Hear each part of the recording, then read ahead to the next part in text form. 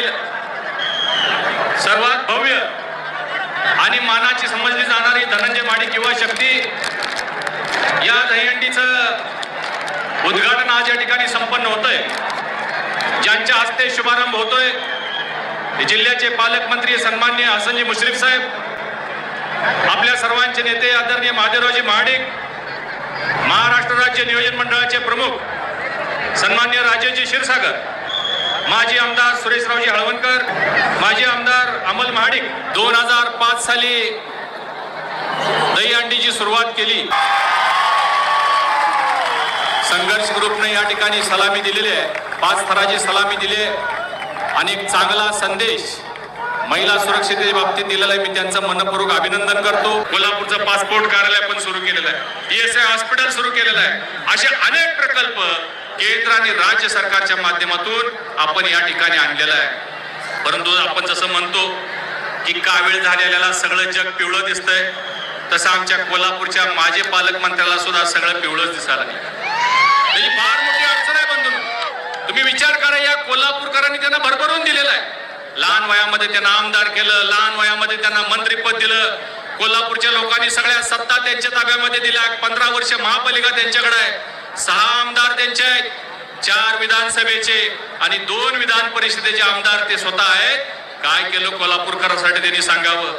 एकही भरीव काम केलं असेल तर आजचे दहीहंडीचे 3 लाख रुपये मी त्यांना बक्षीस म्हणून द्यायला तयार आहे। काही केलं नाही। 2 मोठे उपकार आपल्यावर केलेले आहेत। थेट पाईपलाईन 14 वर्ष झाले, रामाचा वनवास सुद्धा 14 वर्षांना संपला होता, पण आमच्या थेट पाईपलाईनचा वनवास अजून सुद्धा संपलेला नाही। रोज एक ठिकाणी लिकेज होते, परवा वादळ आलं, सगळ्या इलेक्ट्रिकच्या वायरी तुटल्या आणि कोल्हापूरच्या पाण्याचा जो पाणी येत होतं ते बंद झालेलं आहे।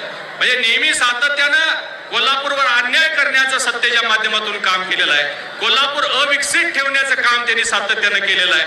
कोल्हापूरमध्ये जी संधी त्यांना मिळाली, डोनेशनचा पैसा आणि भ्रष्टाचाराचा पैशानं मस्ती आलेली आहे, या मस्तीच्या माध्यमातून सगळ्या सत्ता त्यांनी हातात घेतलेल्या आहेत आणि या सत्तेचा गैरवापर करण्याचं काम ते करत आहेत। बंधूंनो, या शहरामध्ये त्यांनी अनेक स्वप्न दाखवली होती। IT पार्क आणणार म्हणून अनेक वर्ष त्यांनी काम केलं, काही झालं नाही। टोलचा त्यांनी IRBचा टोलच्या पावत्या फाडून त्या टोलच्या प्रकरणामध्ये टपला पाडलेली जी स्वतः जणू काही कबुलीच आणि ग्वाही दिलेली आहे। काय अवस्था आहे कोल्हापूर शहराची? कोल्हापूर शहरातले रस्ते बघा, एक रस्ता सरळ नाहीये। महापालिका 15 वर्ष त्यांच्याकडे आहे। कोल्हापूर शहराच्या कचऱ्याचा प्रश्न बघा, परवा कृष्णराज महाडिक स्वतः त्या कचरा गाडीच्या घंटा गाडीतनं त्या कचरा डेपो पर्यंत गेले आणि सगळी स्टोरी मला सांगत होते। अतिशय बिकट अवस्था आहे। का एवढ्या वर्ष त्यांच्या ताब्यामध्ये सत्ता असताना सुद्धा हे प्रश्न त्यांनी सोडवले नाहीत? हा माझा सवाल त्यांना आहे। आणि अलीकडे तर त्यांना वेगळीच स्वप्न पडायला लागलेले। सकाळी झोपेतनं उठले की काहीतरी हिंदुत्वेशी वक्तव्य करायचं आणि कोल्हापूरमध्ये आता दंगली होणार आहेत म्हणतात आणि ते म्हणले की त्यांचं भकीत खरं ठरतंय आणि कोल्हापूरमध्ये 2-3 वेळा अशा पद्धतीनं दंगली झालेल्या सुद्धा आपण पाहिलेले। धर्माधर्मामध्ये तेढ निर्माण करायचं आणि आपली राजकीय पोळी भाजून घ्यायची, हे त्यांचं काम आहे। गोकुळ त्यांच्या ताब्यामध्ये आहे। मी काल परवा पेपरला वाचलं, गोकुळमध्ये वेटरनरी कॉलेज करणार आहेत। आमच्या गोकुळमध्ये वेटरनरी कॉलेज करण्याला मुश्रीफ साहेब काही विरोध नाही, परंतु ते खाजगी द्यायचं म्हणून तेव्हाही ठराव त्यामध्ये व्हायला लागलेला आहे।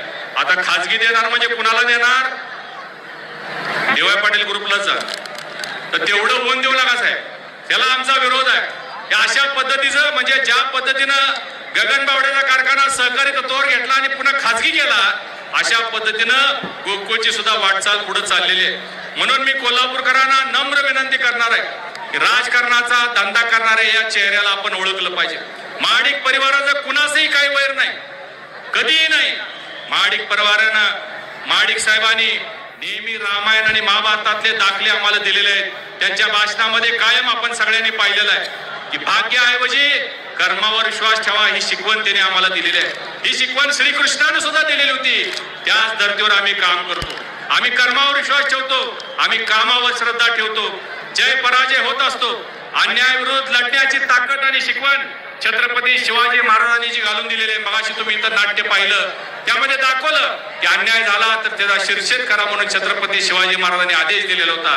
अन्यायाविरुद्ध लढण्यासाठी आमची सगळी फौज, संपूर्ण महाडिक परिवार आणि संपूर्ण भाजप या ठिकाणी कार्यरत आहे. चांगलं काम करा, चांगला स्वाभिमानी बाणा बाळगा, या पद्धतीने आम्ही काम करतो आहोत. आणि म्हणून भविष्यामध्ये समृद्ध कोल्हापूर, संपूर्ण कोल्हापूर करण्यासाठी आमचा जो प्रयत्न आहे त्यासाठी तुमच्या सगळ्यांचा आशीर्वाद आम्हाला आवश्यकता आहे. म्हणून ज्यांना आपण संधी दिली त्यांनी काही केलं नाही, आम्हाला आपण संधी द्या. भविष्यामध्ये महायुतीच्या या सर्व उमेदवार महाराष्ट्राच्या विधानसभेमध्ये उभे राहणार आहेत. आपल्या सगळ्यांच्या आशीर्वादाची आवश्यकता आहे. धनंजय उर्फ मुन्ना महाडिक, त्यांचा सर्व परिवार, त्यांचे सर्व सहकारी या ठिकाणी पश्चिम महाराष्ट्रातील अतिभव्य दहीहंडीच्या कार्यक्रमाचं आयोजन करत असतात. आजही त्यांनी अशाच या भव्य दहीहंडीच्या कार्यक्रमाचं आयोजन केलेलं आहे. मला वाटतं की मुन्ना माडकांनी अनेक विषयाचा स्पर्श केलेला आहे. आता मुन्ना माडिक यांनी आपल्या मनोगतामधून महायुतीच्या विधानसभेच्या प्रचाराची पहिली सभा घेतलेली आहे. काही विषयावर मी स्पर्श करणार नाही, कारण त्या महानगरपालिका सत्तेमध्ये गोकुळमध्ये मी सहभागी आहे. त्यामुळे तेवढे विषय सोडून मुन्ना माडकांचं भाषण ऐकून मी तर अचंबितच झालो. मला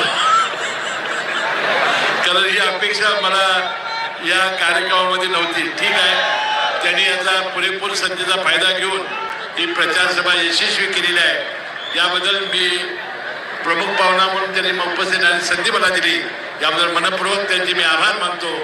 आपल्याला सर्वांना मनपूर्वक शुभेच्छा देतो. असेच नवनवीन विषय ऐकण्यासाठी लाईक, सबस्क्राईब आणि बेल आयकॉनवरती क्लिक करा.